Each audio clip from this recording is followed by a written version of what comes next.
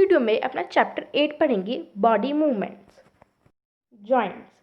जब दो बोन्स एक दूसरे के साथ कनेक्ट होती हैं तो वो एक जॉइंट फॉर्म करती हैं। दो बोन्स का एक दूसरे से कनेक्ट होना जॉइंट। स्केलेटन एक फ्रेमवर्क है जो हमारे बॉडी की सारी बोन्स मिलकर बनाती हैं, और हम इस वीडियो में आगे स्केलेटन के बारे में पढ़ेंगे। First, cranium. क्रेनियम को हम स्कल भी कहते हैं, और स्कल हमारे हेड के अंदर होता है। ये हमारे ब्रेन को प्रोटेक्ट करता है।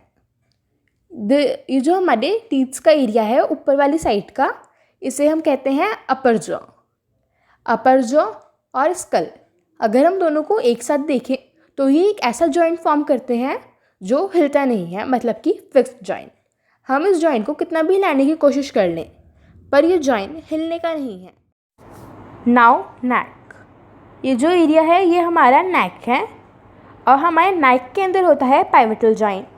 इस जॉइंट के अंदर हम अपनी नेक की जो बोन होती है इसे हम 90 डिग्री के एंगल से कहीं भी घुमा सकते हैं, ऊपर भी, नीचे भी, लेफ़्ट साइड भी और राइट साइड भी। पर ये सिर्फ और सिर्फ 90 डिग्री के एंगल से घूमती है, 180 डिग्री के एंगल से नहीं। और ये बोन हमारे हेड से कनेक्ट होती है तो ये जॉइंट फॉर्म होता है। Now rib cage. ये जो एरिया होता है, इस एरिया की जो बोन्स होती हैं ये होते हैं रिब्स। रिब्स हमारे 12 होती हैं दोनों साइड पे। ये रिब्स 12 होती हैं, मतलब कि 24 रिब। और ये रिब्स जब एक साथ कनेक्ट हो जाती हैं तो ये रिब केज फॉर्म करती हैं। रिब केज के अंदर हमारे चेस्ट होता है। रिब केज हमारे चेस्ट को प्रोटेक्ट करता है। और शोल्डर। ये हमारा एरिया है ये हमारा शोल्डर है। शोल्डर के अंदर शोल्डर बोन होती है जो है स्कैपुला। और ये हम इस वाली साइड ये ball and socket joint form करते हैं। ह्यूमेरस की जो अपर साइड है ये इसका बॉल है, और स्कैपुला यहाँ पे है, ये इसका सॉकेट है। तो ये जब कंबाइन होता है, अगर हम इन्हें एक साथ देखें तो ये ball and socket joint form करते हैं। और ये बॉल एंड सॉकेट जॉइंट हमारे पेल्विक बोन्स में भी फॉर्म होता है। हम बॉल एंड सॉकेट जॉइंट के बारे में पढ़ेंगे। ये बॉल है और ये सॉकेट। तो अब जब हम इस सॉकेट को अपने इस एरिया के अंदर लगाते हैं तो ये हमें एक पूरा राउंड 360 डिग्री का एंगल लेने में मदद करता है, और इस वजह से हम अपने हैंड को 360 डिग्री के एंगल पे पूरा कहीं पे भी घुमा सकते हैं। एक जगह से लेकर दूसरी जगह पे कहीं पे भी घुमा सकते हैं अपने हैंड को, बॉल एंड सॉकेट जॉइंट की वजह से। बैकबोन। ये जो एरिया है, मिडल जो बोन है, ये है बैकबोन। अब आपको लग रहा होगा कि बैकबोन सिंपल एक स्ट्रेट बोन है, पर ऐसा नहीं है। क्योंकि अगर बैकबोन एक स्ट्रेट बोन होती तो हम अपने बैक पार्ट को बेंड नहीं कर पाते, हम झुक नहीं पाते। तो यहाँ पे बैकबोन 33 वर्टेब्रेज से बनी हुई है, और ये 33 वर्टेब्रेज की वजह से ही हम अपने बैक पार्ट को बेंड कर पाते हैं, हम नीचे झुक पाते हैं। हमारे पीछे 33 वर्टेब्रेज होते हैं एक बैकबोन के अंदर। हमारे जो हैंड के अंदर जॉइंट होता है हमारे एल्बो पे, ये जॉइंट, इस जॉइंट को हम कहते हैं हिंज जॉइंट। हिंज जॉइंट हमें एक बैक एंड फोर्थ, आगे और पीछे का मूवमेंट लेने में मदद करता है। सपोज करो कि एक हैंड ऐसे है तो फिर हमारा हैंड यहाँ से लेकर यहाँ पे भी जा सकता है, और फिर यहाँ से लेकर बिल्कुल स्ट्रेट यहाँ पे भी। तो ये सिर्फ और सिर्फ हमें बैक एंड फोर्थ, आगे और पीछे अपने हैंड को रोटेट करने में मदद करता है। ये जो हमारे हैंड की बोन है ये एक एक बोन कार्पल है, और जब हम ये बहुत सारी बोन्स ले लेते हैं तो ये होती हैं कार्पलेट्स। कार्टिलेज हमारी स्केलेटन का, हमारे बॉडी का वो पार्ट होता है जो बोन के जैसा होता है, पर वो बोन के जितना हार्ड नहीं होता, और ये बेंट भी हो जाता है, मतलब कि मुड़ भी जाता है। Cartilage are parts of body that are not very hard as bone and which can be bent. इसका एग्जाम्पल ईयर है. ईयर के अंदर हमारी बोन्स नहीं है, सिर्फ और सिर्फ कार्टिलेजेस है हमारे ईयर के अंदर, तब हमारा ईयर बेंट होता है. अब हम पढ़ेंगे मसल्स के कॉन्ट्रैक्शन और रिलैक्सेशन के बारे में. मसल्स का कॉन्ट्रैक्ट और रिलैक्स होना. हमारी मसल्स पेयर में काम करती हैं. जब हमारा हाथ सीधा स्ट्रेट होता है तो हमारी नीचे वाली मसल्स जो हमारे नीचे हैंड में होती हैं ये कॉन्ट्रैक्ट हो जाती हैं और ऊपर वाली मसल्स रिलैक्स हो जाती हैं. कॉन्ट्रैक्ट के होने पर मसल्स छोटी हो जाती हैं, साइज़ के अंदर कम हो जाती हैं पर थिक हो जाती हैं, मोटी हो जाती हैं. और रिलैक्सेशन के अंदर मसल्स लंबी हो जाती हैं पर पतली हो जाती हैं. और जब हम अपना हाथ राइट एंगल में कर देते हैं तो वो हमारी मसल्स नीचे वाली रिलैक्स करती है और ऊपर वाली कॉन्ट्रैक्ट करती है. हमारी बोन्स कॉन्ट्रैक्शन और रिलैक्सेशन की वजह से हिलती हैं और हमारे एक बोन के दोनों साइड में एक एक मसल्स होती हैं, तो हमारे 2 मसल्स होती हैं. अब हम पढ़ेंगे जॉइंट ऑफ एनिमल्स, मतलब एनिमल्स के चलने का तरीका. अर्थफॉर्म की बॉडी के अंदर बोन्स नहीं होते. इसकी बॉडी मसल्स से बनी हुई होती है. इसके अंदर एक भी बोन नहीं होता. अर्थफॉर्म अपनी बॉडी को मूव करने के लिए एक्सपेंशन और कॉन्ट्रैक्शन का प्रोसेस यूज़ करता है. अर्थफॉर्म जब मूव करता है तो वो अपना पहले आगे का पार्ट मूव करता है और पीछे के पार्ट को ज़मीन के अंदर अच्छे से दबा लेता है, अपनी ग्रिप बना लेता है. ये ब्रिस्टल्स की वजह से करता है. ब्रिस्टल अर्थफॉर्म की बॉडी के अंदर छोटे छोटे हेयर लाइक स्ट्रक्चर होते हैं जो बाहर निकल रहे होते हैं. ये बहुत छोटे होते हैं, ये हमें दिखते नहीं हैं. और अर्थवॉर्म इनकी वजह से अपने ग्राउंड के अंदर ग्रिप बनाता है. पहले अपने आगे के पार्ट को मूव करता है, फिर आगे के पार्ट को ज़मीन के अंदर से ग्रिप बनाता है और फिर पीछे के पार्ट को मूव करता है और फिर ये कॉन्ट्रैक्ट हो जाता है. तो अर्थवॉर्म पहले ऐसे, फिर ये अभी कॉन्ट्रैक्ट है, फिर अपने आगे के पार्ट को मूव करने के बाद ये एक्सपेंड हो गया और उसके बाद अपने पीछे के पार्ट को वापस आगे लेके आया और कॉन्ट्रैक्ट हो गया.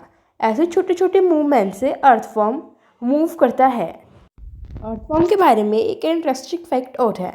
जब अर्थफॉर्म मूव करता है तो वो अपने ग्राउंड को ईट करता रहता है और अपने जो अच्छी चीज़ होती है वो खा लेता है और जो फिर उसके काम का नहीं होता उसे वापस थ्रो कर देता है. और इस वजह से हमारा ग्राउंड और फर्टाइल हो जाता है. इस वजह से फार्मर्स अर्थफॉर्म को फार्म्स के अंदर भी रखते हैं. स्नेल अपनी बॉडी के नीचे जिसमें मसल्स होती हैं इस वाले पार्ट से मूव करता है. इसे हम मस्कुलर फीट्स भी कहते हैं. स्नेल के ऊपर की बॉडी पे शैल होता है. ये एक्सोस्केलेटन या फिर एक्सोस्केलेटन दोनों कहते हैं. ये शैल स्नेल को प्रोटेक्ट करता है और इसे मूव करने में ज़्यादा कुछ हेल्प तो नहीं करता, पर जब स्नेल को उसे लगता है कि जब उसे डर लगता है तो वो इसके अंदर चला जाता है और ये उसे बिल्कुल प्रोटेक्ट करता है. ये बहुत ज़्यादा हार्ड होता है. कॉकरोच की बॉडी में आउटर स्केलेटन होता है और ये आउटर स्केलेटन पीछे की साइड पे होता है. ये बहुत सारी प्लेट्स जब एक साथ ज्वाइन होती हैं तब बनता है. कॉकरोच ज़मीन पे चल भी सकता है, दीवार पे चढ़ भी सकता है और आसमान में उड़ भी सकता है. कॉकरोच के दोनों साइड पे 3 लेग्स होते हैं. कॉकरोच के पास लेग्स के 3 पेयर्स होते हैं, मतलब टोटल 6 लेग्स. कॉकरोच की बॉडी के अंदर जो मसल्स होते हैं वो नीचे की साइड वाले मसल्स लेग्स को मूव करने में मदद करते हैं जिससे कॉकरोच चलता है और क्लाइंब करता है.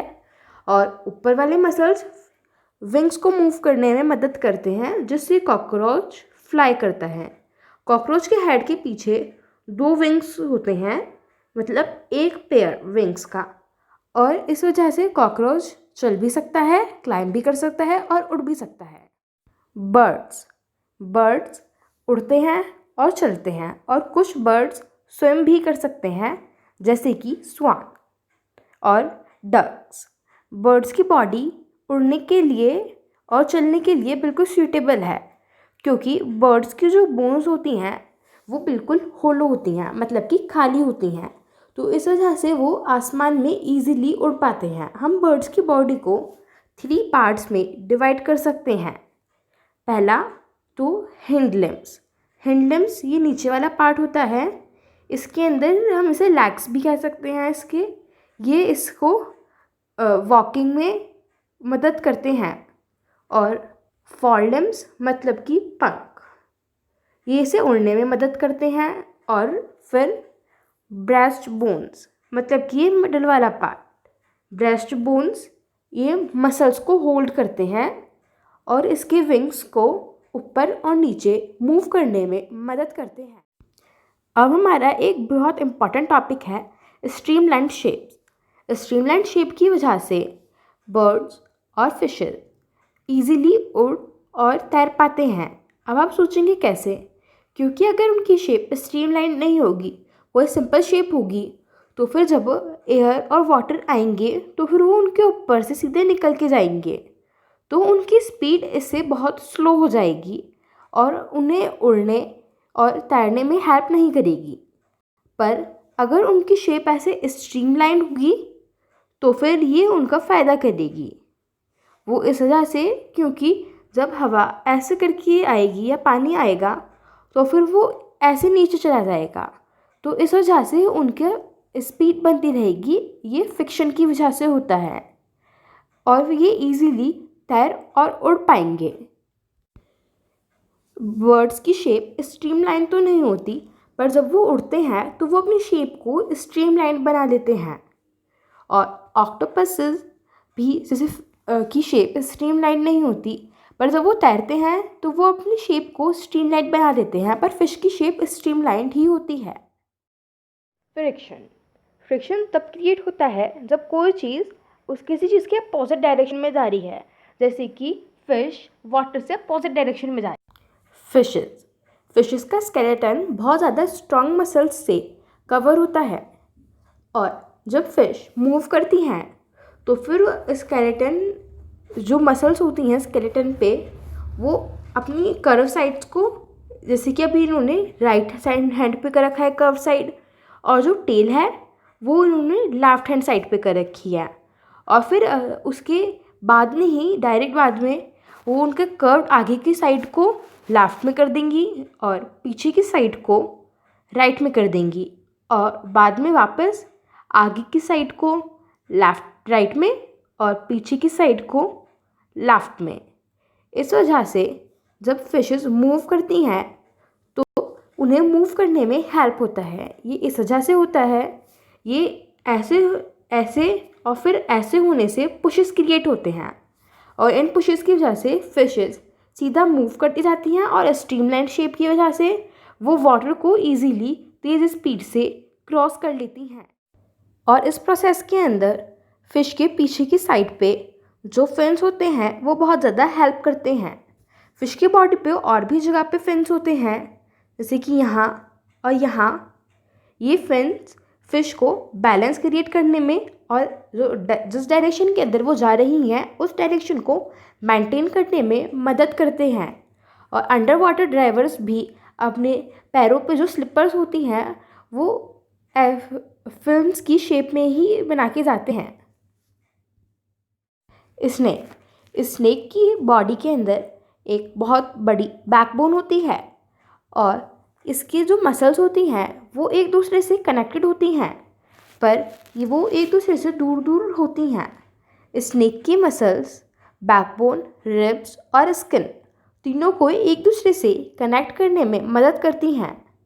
स्नेक जब मूव करता है तो फिर वो लूप्स बना के मूव करता है।